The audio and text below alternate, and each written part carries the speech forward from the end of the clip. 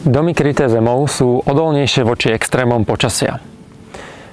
Napríklad výchrica vám zelenú strechu neodnesie. Ešte som nevidel lietať trávnatý koberec. Keď spadne na dom strom, akože nad vami je kopec, tak sa nič zvláštneho nestane, spraví sa tu ryha, zarovnáte, strom porežete na kúrenie a ide sa ďalej.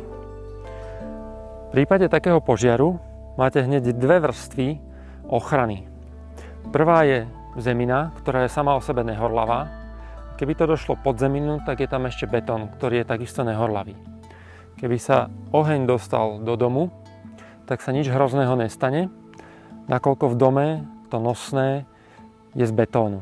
V prípade priestorov, kde často horí alebo je vysoké riziko, drevobetónové konštrukcie vynecháme, dáme len betónové, aby ste boli bezpeční. V prípade zemetrasenie je pohyb zeme. Kam sa hýbe zem, hýbe sa aj dom. Kam sa hýbe zem, hýbe sa aj dom. To znamená, že dom spolupôsobí s tou zeminou a nepotrebuje nejaké špeciálne zabezpečenie. Už sám o sebe je dosť pevný. Máte iba jednu stranu s oknami, respektíve nárožie s oknami. To znamená, zlodej, keď by chcel prísť, tak on príde tadiaľto a tadiaľto musí odísť, pretože nemôže odísť zadným oknom. Je to obrovská výhoda, potrebujete menej kamier na sledovanie fasády, potrebujete menej čidiel na sledovanie pohybu okolo tej fasády. A fakt už len to, že zlodej musí jednou stranou prísť aj to isto odísť, je oveľa bezpečnejšie ako pri bežnom dome.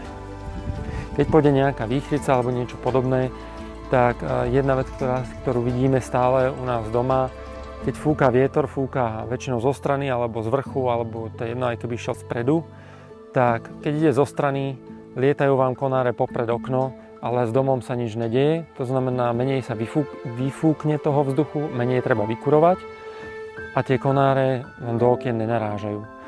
Keď ide z hora, tak to je samozrejme, cez tú zeminu vám nič nenarazí a pokiaľ ide spredu, tak ten vietor vie takto pekne obísť ten dom, hej? Rovnako aj z hornej strany. Čiže vám sa tým oknám sa nič nestane a vy ste v bezpečí. Každé ráno, každý večer, každý deň.